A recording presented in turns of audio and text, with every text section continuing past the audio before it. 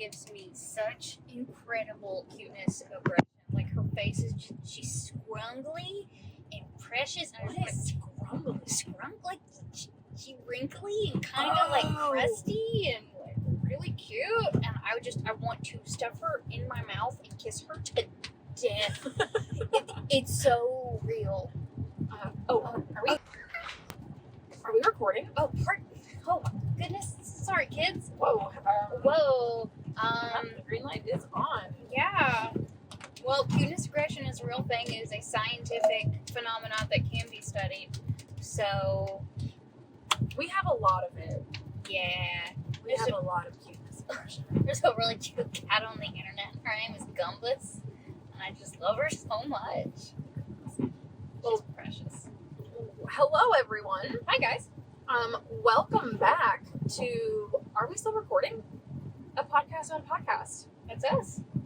My name is Jordan. And I'm Lyndsey. And we are, you guessed it, driving. And it is, you guessed it, raining. So just enjoy that ambiance. Get yourself a cup of something warm to sip on. This is a cozy episode. It is. Even though the episode we're reviewing is not exactly a cozy episode. I actually think it is a cozy episode. That's true. There was no combat. We were at the same place. I think it was a cozy episode. Internal turmoil. I am not editing that out. That's Please don't. It's real. Some inner turmoil indeed. Although that was harder to say than I thought it was going to be. Mm-hmm. See? Yeah. So, sorry. No, it's fine. I've been getting really hung up on words today. So if this is just like a word salad that you have a hard time parsing, I'm sorry. I love it. Not actually sorry, but yeah, No. you know what I mean. Yeah, we're not actually sorry. No. Bear with me. So we are reviewing as per usual, at least for Are We Still Recording, our latest D&D podcast episode. So if you haven't seen it, there might be some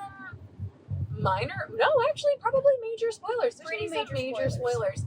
So go back and watch it. And what are you doing here anyway? Just kidding. We love to have you even if you don't watch our podcast. Absolutely. Thank you for being here with us. It's greatly appreciated. And I mean, honestly, I can't blame you if this is how you get your information on our actual campaign. That would make sense. I mean, if they're not watching the channel and they're just listening to the podcast, also cool and fine. Please fluff my ego. That's cool. That's true. And I will say, I know a lot of deterrence for watching D&D podcasts is how long they sit for a session. Mm-hmm. We don't sit for that long. I think most of our sessions are under 2 hours of you guys watch time. Mm-hmm. We sit around and chat and catch up for the first 15 to 30 minutes. Who are we kidding? It's not even us catching up. It's just us talking and Vance trying to He just sits there so patiently and watches. He does. And it's because, most of us are sitting on the same couch and we've all just eaten probably a lot of pasta. Yeah, we do. And we're, full and comfy and we got comfy blankies and so, really warm.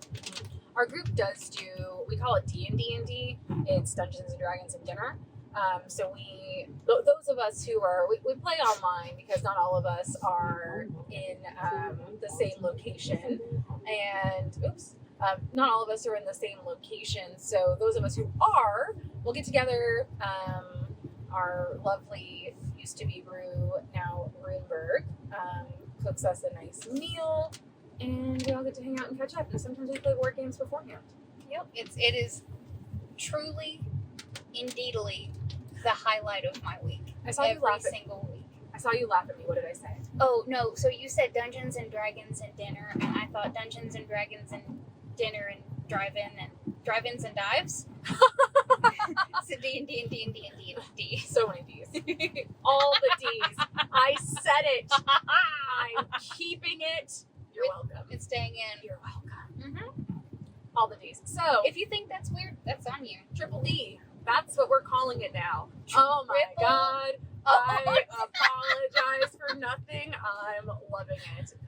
Welcome. I am kicking my feet and laughing. I have to describe that because you can't see it on the podcast. It's true. That's incredible. It's Triple D's from Hey guys. So we may have just named. So our last episode of actually our last session, that's the word, I think was a little bit of a cozy episode because we had gotten to the Twilight Court. We had met with Victor and Cygnus. Sylvie had left in a little bit of a huff, and that's kind of where we ended the session. So this was a little bit of a deeper dive into what everyone did after the meeting with Victor and Cygnus, which I think there was a few interesting things there. Like, Sylvie didn't do anything, like, super interesting. She punched the punching bag, probably, like, stabbed a few things. I think her and Runeberg went onto the beach and, like, did a little bit of, like, get out your aggression on things. And then she went to the whale, the brothel. And that was the end of Sylvie's night. It was very lovely. Phoebe got to pull out of her bag for the first time. Like, she's done teas.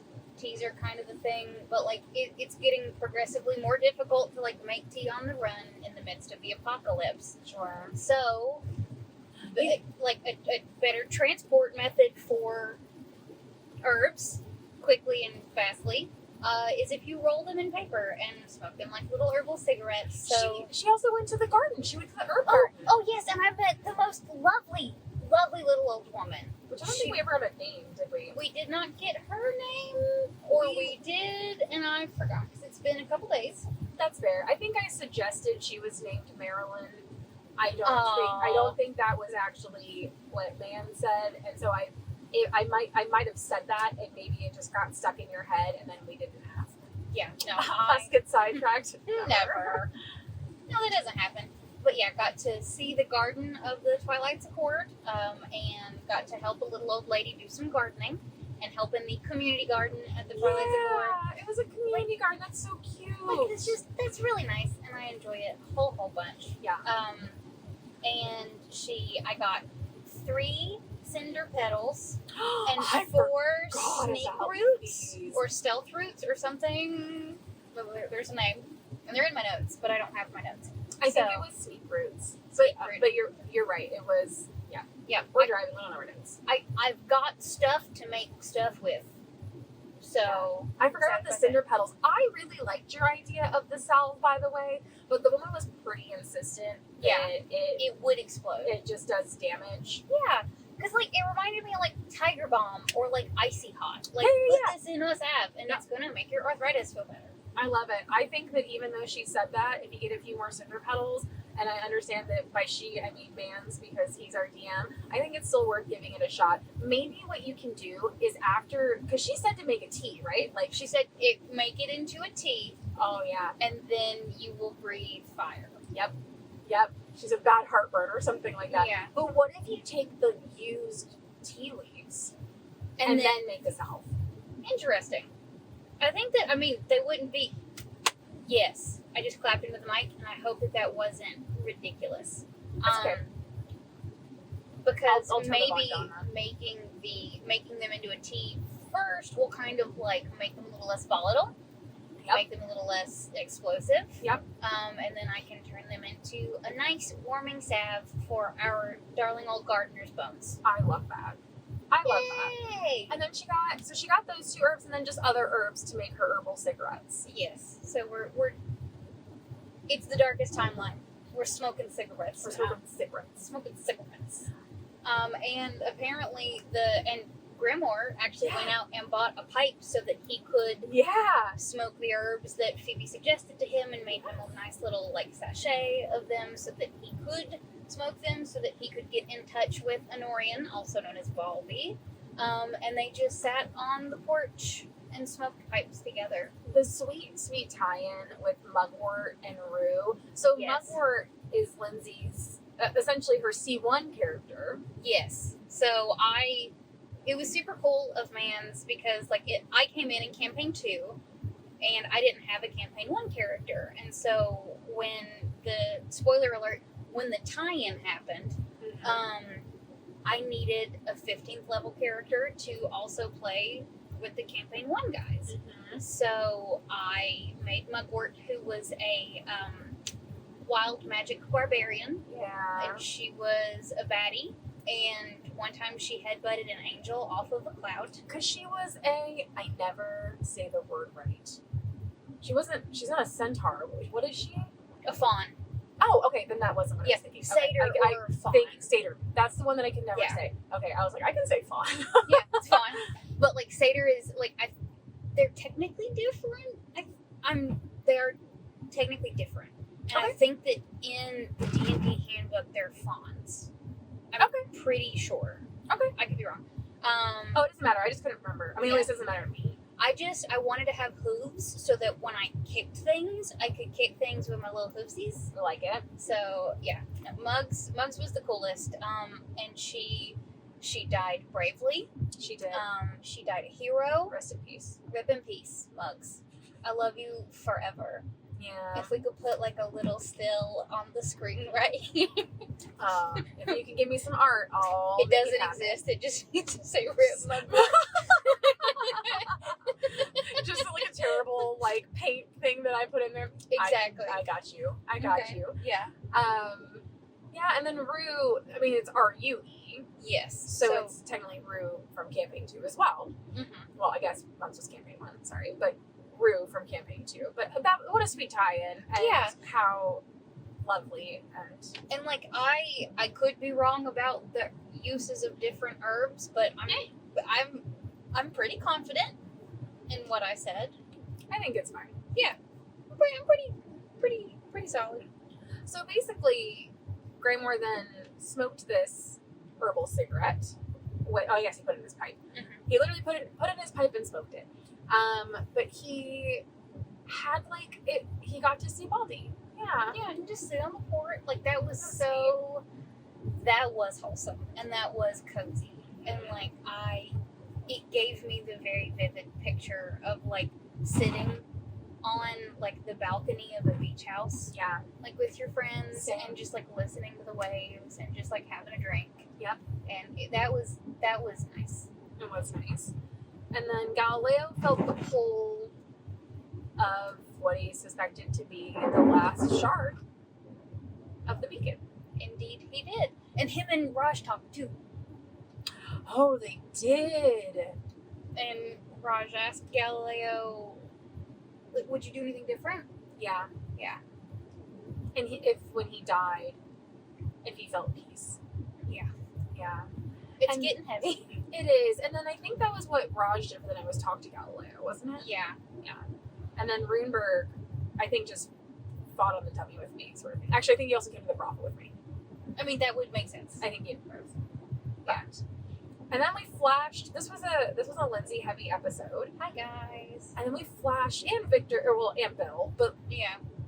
then we flashed to Victor and Cygnus.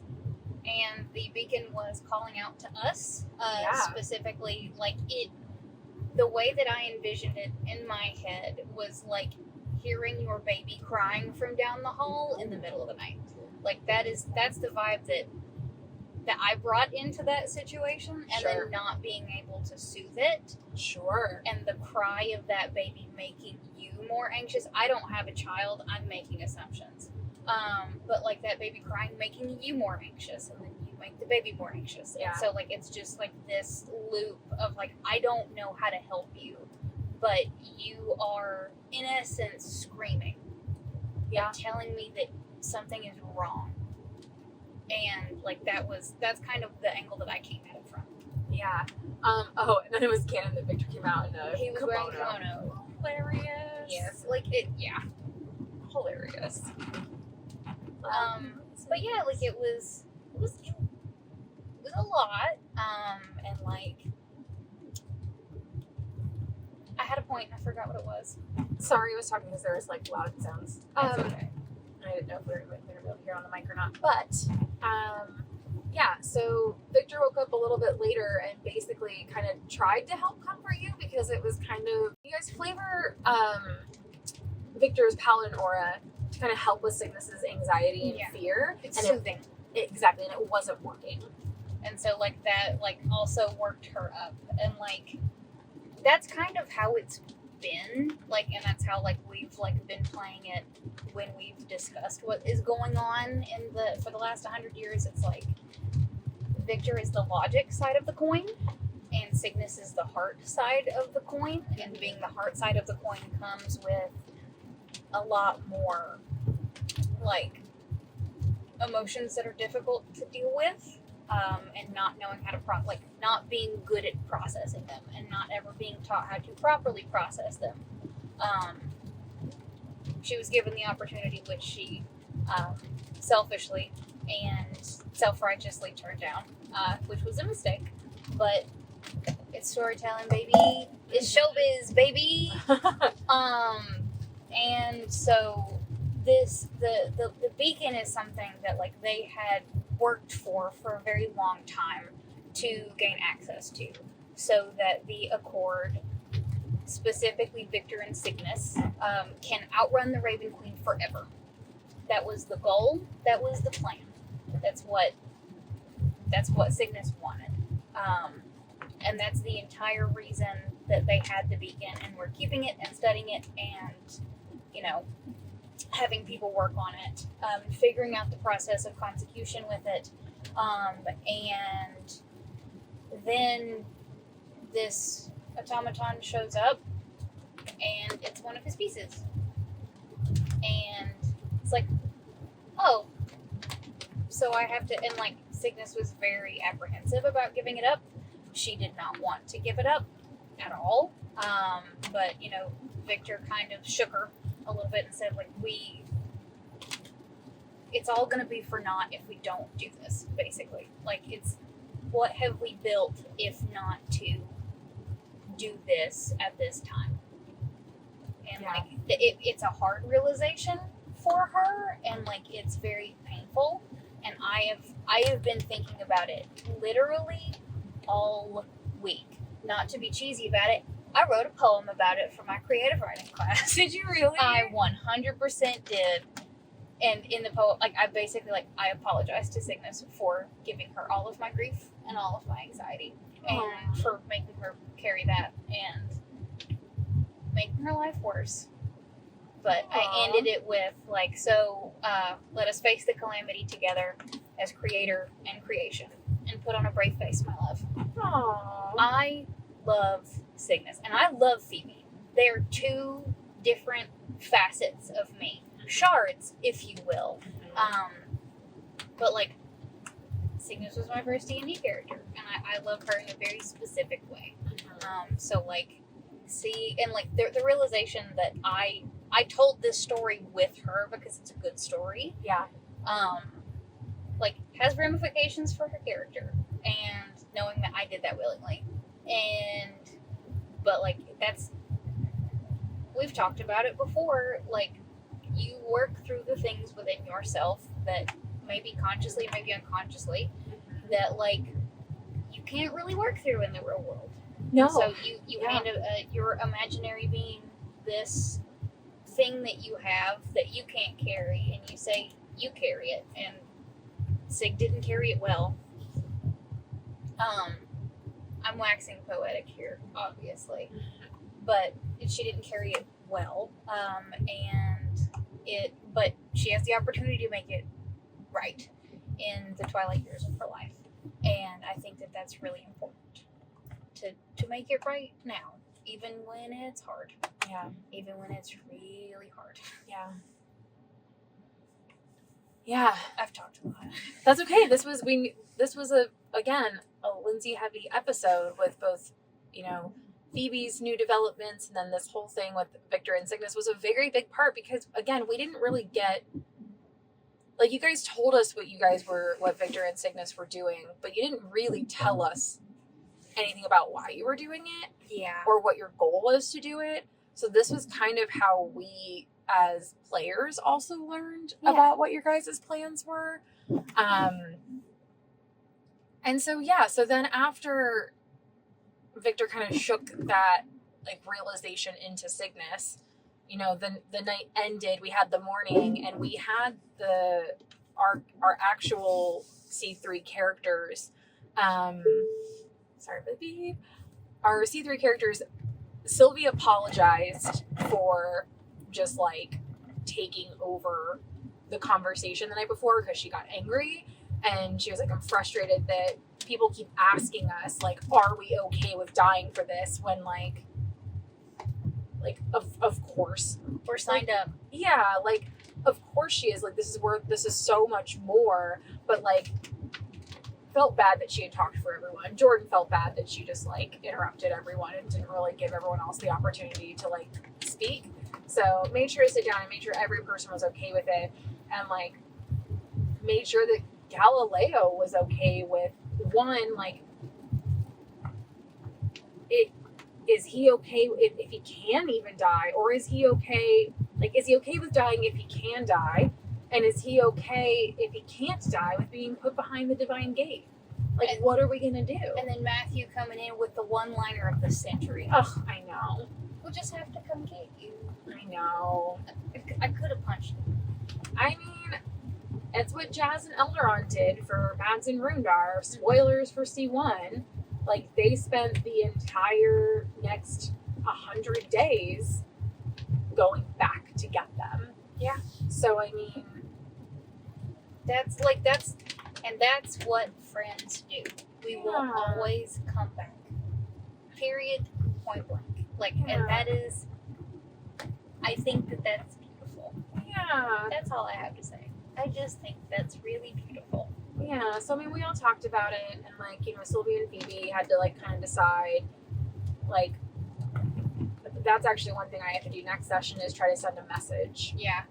To Mom, because I'm kind of, I'm surprised that we haven't, but maybe we just haven't, been brave enough to do it yet. That's absolutely where Phoebe's coming from, and like, especially now that they've gotten this commission to go and die for the cause, it's like they don't need to know that we survived. And that's kind of like my reasoning is like, if they think that we're already dead, then they don't have hope. Then us dying isn't such a big deal. Yeah, kinda. But like, because we don't know if they're alive. If they're alive, does that change what Phoebe wants to do? I think that it lives in that vein of like, if we reach out and they are alive and we do give them hope, then like I drop more change. Then like that's like looking at it from their perspective, and like it sucks for Phoebe to not know, like that it is killing her, like it keeps her up at night, like it's hard to not know where her parents are and like to not like check in with them as often as she used to. But like she comes from a place of like I can't hurt them like that. If they think we're already dead and if they haven't reached out, then we're already dead. Do we want to write a letter to them instead then? Ooh. Like, instead of sending them a message. I think that Phoebe could be convinced. To do that. So, I mean... Oh. What'd you do? I hit the door open button, but okay. It didn't work, so we're fine. Okay, well, we'll kind of have to see how that plays out then. If we want to, instead of sending them a sending message, maybe we'll just write them a letter. Or you can do that in private. Like that, like what Phoebe feels does not delineate what Sylvie does. I know, but I think like if you told that to her, like she doesn't want to cause her parents any pain. Yeah. And so like the only kind of caveat to that would be like, would you want to see them one last time if we knew we were going to die? Oof. We can play that out in person on Monday, but that's a question. But so everyone agreed that we're in this for the long run. It was last time, not this past time, that the RQ told Raj that their time was almost up, right? Right. Raj is at the very least. Well, the Raven did at the very least, and then also Raj's. And then, assumedly, everyone else's. Yeah. But I mean, we've gotten asked at least 3 times, if not 4 now, being like, are you sure that you're okay with dying? And we're all like, yeah, this is more important than, this isn't really a life worth living if we can't fix this. So then We did it. we did it. Then we met For breakfast and coffee and tea, and I don't think it was tea. I think it was definitely coffee. it was definitely coffee. Coffee with rum, probably. No, I think you guys had rum the night before. We have rum in the sitting room. Well, It's sure. just there. But I don't think, anyway, it doesn't matter. Anyway, yeah. And then that's when you guys decided, when Cygnus Yeah. And decided. once again, that shit was hard for me. Mhm. And I know that it maybe shouldn't have been as difficult for me to make that decision and be like, oh yeah, of course I'm gonna do this. But it was. And I even today I'm like, did I make the right decision for Cygnus specifically? Sure. If we take the rest of the party out of it, and if we take the rest of the world out of it, did I make the right decision for Cygnus specifically and her goals? And is she really that single-minded? You know? Yeah, I mean, and I think she asked a very valid question that I hadn't considered, which was, does Galileo know if anyone has consecrated? Consecuted, thank you. Sorry everyone. If anyone is consecuted around him. But I don't know that he's been close enough to anyone except for maybe at the SOB.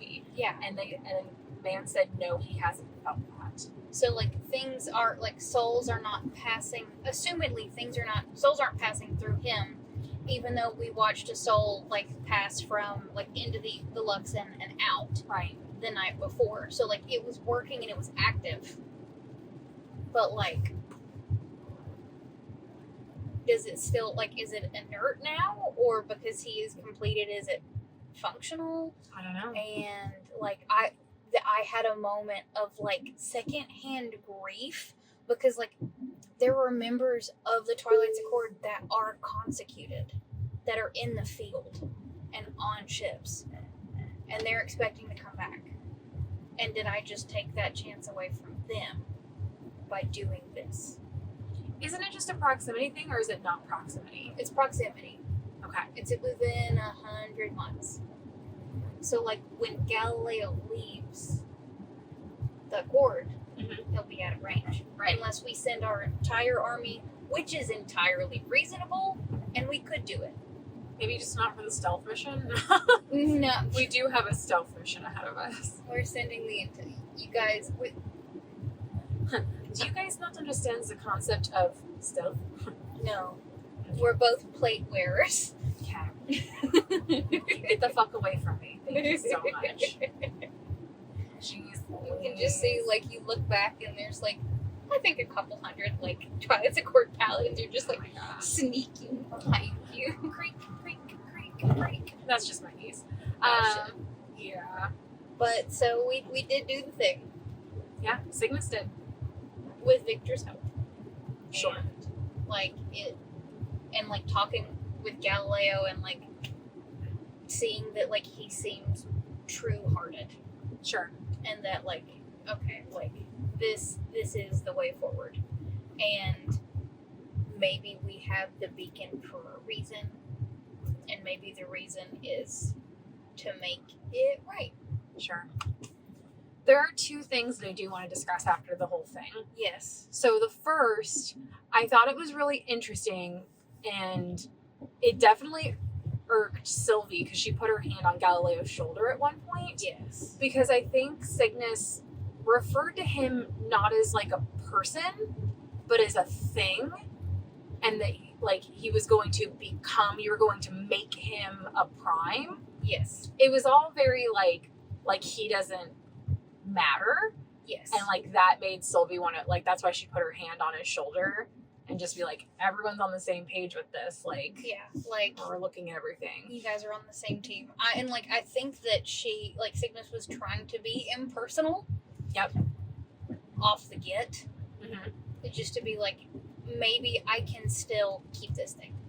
And maybe if I keep like stay aloof, and if I stay kind of above the situation, then I can work the situation in my favor. But like, it did not take long for her to see that it's like, no, this, I can't do that.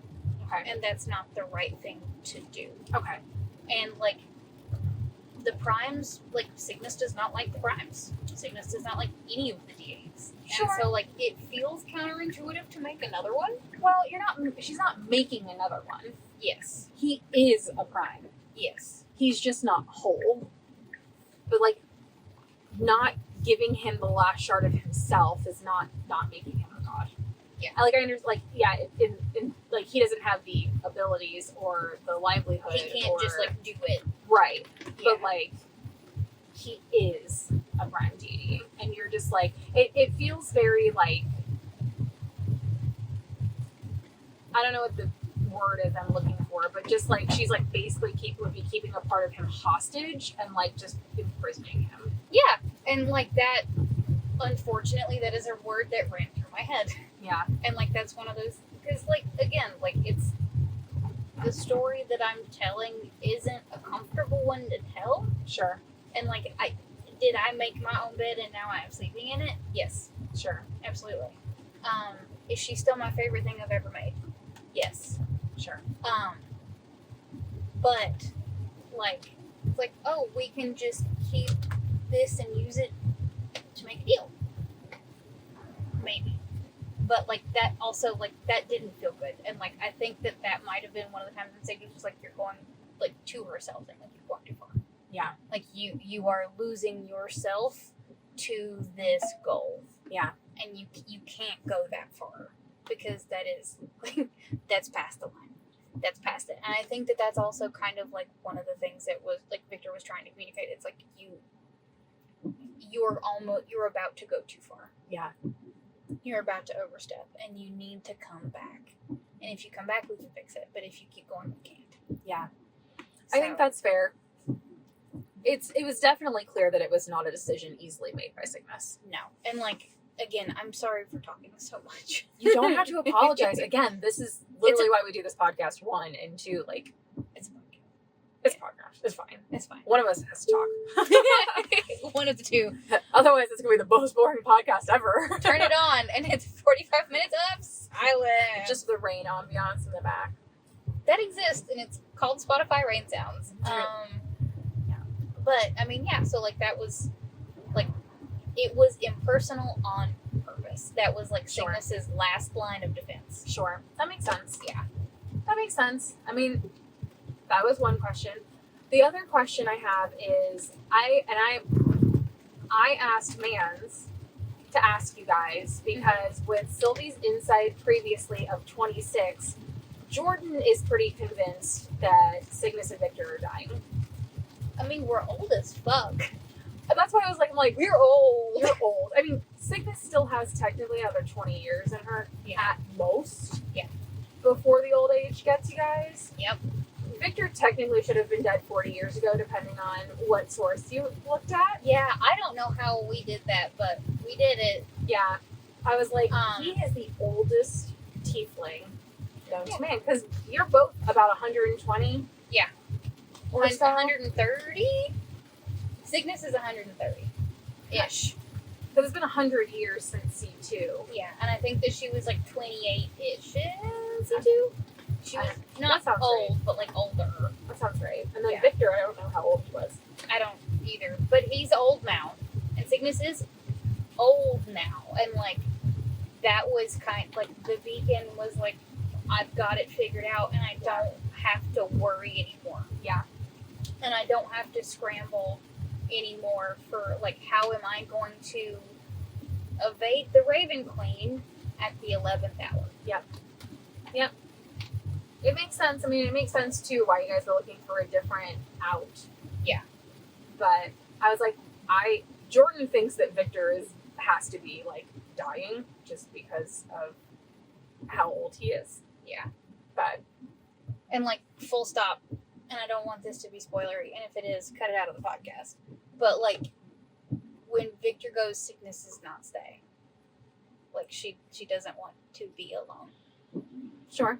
So, like, that's my... She would leave the Twilight's accord. Yeah.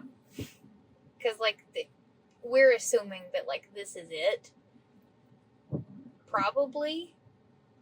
Maybe. Like, get your houses in order, or make sure your house is in order is pretty clear, like, hey, guys, you're not coming back. Well, if you guys are within 100 miles of Galileo... We might. We might. I mean, the vision did show people popping back up after they went down. Yeah. So, like, It is possible it could be fine. that maybe the consecution will work. Yeah. And that would be neat. It would be neat to have another go around and to do it again. So, go ahead. But, like, that would be cool. But, like, it's getting towards the end, and, like, there aren't people currently that Cygnus feels confident handing the accord to, but given the time, I think she could figure it out. It's always about time. It is always about if she just had enough time. Sure. A little bit more time. Sure. You know? Yeah. But that's... I have another question for you. Oh, so you and Bill do not consider Cygnus or Victor to actively be dying? No. Or to be, like, about dying? I do not consider Cygnus to be actively dying. No. Cygnus is not dying. Okay. She's old. Unless Mans thinks something else. That's why I asked him. Because I was like, Sylvie needs to know, with her insight check of 26, is one of them dying? Is that why they're, like, clinging to this beacon for all, like... Yeah, like, as hard as we did. Yeah, like, something... Yeah. It's like, this is our shot. And, like, it sucks to throw away your shot. It's okay. Sylvie's just gonna treat you guys like you're really fucking old and, like, constantly have a chair behind you and a cushion and, like... That's fine. Like, it's... I don't think Cygnus would hate it. Like, I really don't think she would hate it. I think that she would, like... I want her in her old age to be very, like old and regal, if that makes sense. Sure. Like, regal is maybe a little bit of, like, ego fluffing word. Sure. But, like, that is how I picture her, is, like, her jaw is still very strong, and her chin is still very high, and she still has that aura about her. And so, like, a little old granny getting a pillow put behind her, but she's still looking very strong. It's fine. Fair. All right. I need to ask Bill, though, what I don't know his thoughts. Well, clearly not, because he thought that Victor was, like, still relatively young. He's like, I've got, like, 40 years left. I'm like, in what world? The one that we picked up and found on the internet. I was like, the book literally says a few years older than humans. Jeez. Okay. I know. I was like, because I remember getting made fun of again because I didn't pick a long living character and all my characters are dead. Damn it. You gotta figure out a way around that. Why? I don't know. Dying sucks. Why? That's another episode. That is a therapy session, boys and girls. Death of your character. We need to do that. Add that to our, although I think that is on our list. But yeah, we should do that sometime soon. Yep. It's in the cards. It's on the deck. Yeah. Well, I think that's all. That's what we got. Is there anything else that you wanted to add? Final thoughts? How did we ended the episode with, like, putting the thing That was it. in Galileo's gaping chest hole. Gaping chest hole. And we're waiting on bated breath to see what comes of that. And, like, Cygnus did ask if it was gonna explode. Like, it's like, if I do this in this tower, are you gonna explode in this tower? He said the probability was low. The probability is low, but that doesn't mean it's zero. Of course it's not zero. I don't think he can ever tell you the probability is zero. Jesus Christ. You know, that's like literally our job. Like, can What you tell me that there's a 0% chance of this? No, I No. cannot. I cannot. I can't. Like, legally, I cannot do that. But, damn. Okay, well, I mean, that's it. Tune in next time to see if we explode. Okay, so just a quick addendum. to something previously said in the episode. First thought was not correct thought. Going off the it's not that it wasn't the correct thought. It's just that you were allowed to have your thoughts and opinions change. Yeah, like I sat with it for a second, and so I said that, like, if Victor were to get girded, theoretically speaking, that Cygnus would not want to continue. And that was kind of the MO at the very end of campaign 2. Sure. That's kind of where because like Deegan had gone rogue, Rue passed away, and so it's like, this is what I've got. This is my like pirate boat buddy. Like everybody else is dead. So I don't know what to do if that goes away. Right. But then they built the Accord, and like I sat with that for a second after we recorded, and I'm like, wait a second, no, like she's got so much now. Right. And like she has people that she needs to continue taking care of, because that was what she did with the party, was take care of them. And then she just kind of had Victor to take care of, not to make it like weird, but like doesn't make it weird. Yeah, I don't think that makes it weird. No, just had that. And so she's like, all right, cool. And like trying to figure herself out after everything that happened, which here we are. But like I think that she would want to like sit with the Accord if that were to happen. Yeah. And like, because it would take a long time to like replace both of them, because the way that it is right now, like the locus of control with the Accord is very centralized. So it's like we kind of are the decision makers, like, and like there are councils, but like our say goes. I was gonna say, what do the councils do? Not to interrupt you, and I'm sorry. No, it's basically just like advisors. Okay. So like Nim, that is going with you guys, is one of Cygnus's advisors. You haven't met Mirani yet, but Mirani is like an older paladin woman. Like she's a human, but like she like, because Cygnus is older and Mirani's older, so they like do a lot of like old lady chatting. But like Cygnus trusts her like judgment a lot, so like that's her half, and then Victor has his half. But it's basically just like advisors to be like, this is kind of the plan, bounce ideas off of us about said plan. We're still probably going to do it, but like, what are your thoughts? So like, cool, like that's kind of where that is. And then there's obviously like I don't know how many monasteries we even have left. That's a great question. Do you know how many you had? There is a number. Yeah. Okay. I've forgotten what it was. That's fair. A lot. Under 100. Over 100. So there were, I think it was like 60 plus on one continent, and then 40 plus on another continent. Okay. Like we had it down to like the number of people per monastery. Wow. Okay. I got really into this in between campaigns, because it's like, oh my god, I get to play house. Yeah. And get to do like a little RPG. This is great. So like, but yeah, like I think it was 60 plus on Wildmount.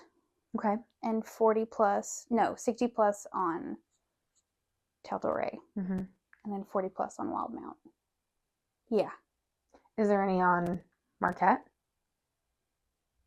I think we just forgot about Marquette. I think that maybe? That happens. Probably. I wonder what's going on in Marquette right now. That's a great question. Yeah. But I mean, that was my whole addendum. Like Cygnus would, if she's the sole surviving member, then she's got to keep leading her people. Like she's not the saint for nothing. So, but yeah, that's me. That's my addendum. That's what I have to say. Yeah, I think that's reasonable. Cool. Awesome. Thanks for listening. Bye. Bye.